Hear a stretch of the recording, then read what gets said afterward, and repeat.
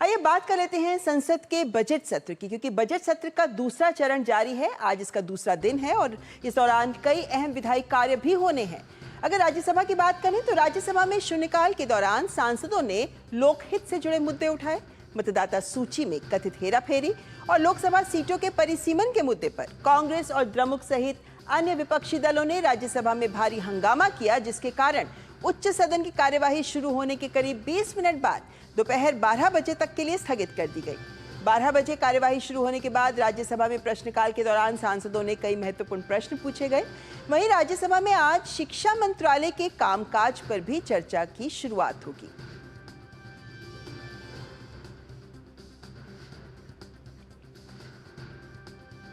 आइए बात लोकसभा की करते हैं। तो लोकसभा में प्रश्नकाल सहकारिता मंत्रालय, ग्रामीण विकास मंत्रालय समेत विभिन्न मंत्रालयों से प्रश्न पूछे गए। लोकसभा की कार्यसूची में मणिपुर के लिए साल 2024-25 के अनुदानों की अनुपूरक मांगों और साल 2025-26 के लिए लेखानुदानों की मांगों पर भी चर्चा और मतदान होगा।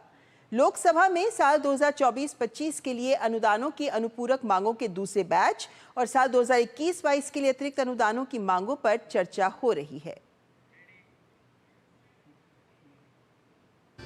केंद्र सरकार ने अवैध घुसपैठ पर शिकंजा कसने के लिए अप्रवास और विदेशी विधेयक 2025 लोकसभा में पेश किया है। केंद्रीय गृह राज्य मंत्री नित्यानंद राय ने विधेयक को सदन के पटल पर रखा। कांग्रेस, तृणमूल कांग्रेस ने बिल का विरोध किया है। कांग्रेस ने बिल को वापस लेने या जेपीसी में भेजने की मांग की है, लेकिन केंद्रीय गृह राज्य मंत्री नित्यानंद राय ने लोकसभा को बताया है कि ये बिल भारत की संप्रभुता और सुरक्षा के लिए बेहद जरूरी है।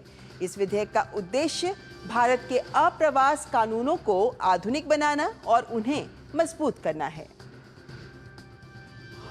मैं माननीय गृह मंत्री श्री अमित शाह जी की ओर से प्रस्ताव करता हूं कि भारत में प्रवेश करने वाले और उससे निकास करने वाले व्यक्तियों की बाबत पासपोर्ट या अन्य यात्रा दस्तावेजों की अपेक्षा का उपबंध करने के लिए केंद्रीय सरकार को कतिपय शक्तियां प्रदान करने और वीज़ा तथा रजिस्ट्रीकरण की अपेक्षा सहित विदेशियों से संबंधित मामलों को भी नियमित करने के लिए तथा उनसे संसक्त या उनसे अनुषंगिक विषयों का उपबंध करने वाले विधेयक को पुनः स्थापित करने की अनुमति दी जाए।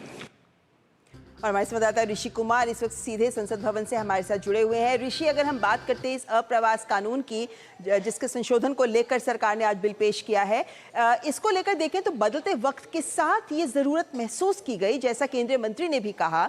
लेकिन क्या लगता है कि विपक्ष क्या सकारात्मक चर्चा करने के लिए आगे आएगा, क्योंकि ये देश की संप्रभुता से जुड़ा मामला है?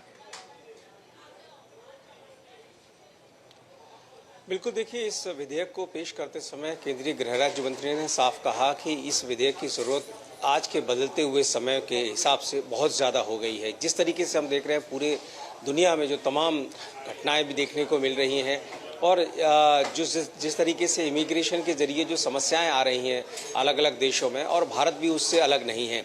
तमाम घुसपैठियों की वजह से भारत के सामने चुनौतियाँ हैं। ऐसे में इस विधेयक के माध्यम से हम बहुत सारी चीज़ों को स्पष्ट कर पाएंगे और कुछ ऐसे नियम बनाने में सक्षम हो पाएंगे जिसके माध्यम से जो अब तक जो कहा जाए एक तरीके से कि जो लूपहोल्स थे हमारे सिस्टम में, उसका जो फ़ायदा उठाते थे विदेशी, उससे हम अपने मुल्क को बचाने में कामयाब हो पाएंगे। जिस तरीके से इस कानून के माध्यम से पासपोर्ट नियमों में बदलाव होगा, इमिग्रेशन के जो रूल है उसमें बदलाव होगा, और इसमें जो सबसे बड़ी बात है, अब तक जो सबसे बड़ा पहलू था कि जो भारत में आने वाले लोग जो हमारे नियमों का और कानून का जो दुरुपयोग करके यहाँ पर वो लाभ उठा के चले जाते थे, अब उससे ऐसा कर पाना उन्हें मुश्किल होगा। क्योंकि इस मसले में अब अगर नियमों का उल्लंघन है, अगर किसी ने नियमों का उल्लंघन किया है, तो अब बिना किसी कोर्ट के जिसे बोला जाए कि ऑर्डर के, पुलिस के पास अधिकार होगा कि वो उन्हें डिटेन कर पाए, उन्हें गिरफ्तार कर पाए और उन्हें देश से बाहर करने के लिए एक प्रोसेस शुरू कर पाए। हमने देखा है कि दूसरे देशों में इसी तरीके के सख्त कानून हैं, लेकिन भारत में इस तरीके के कानून अब तक नहीं थे। अब इन कानून के आने के बाद जो भारत की जो इमिग्रेशन पॉलिसी है वो एक सख्त पॉलिसी के रूप में होगी, बल्कि कहें कि एक संप्रभु राष्ट्र की जो पॉलिसी होनी चाहिए उस पॉलिसी के रूप में होगी। जी ममता।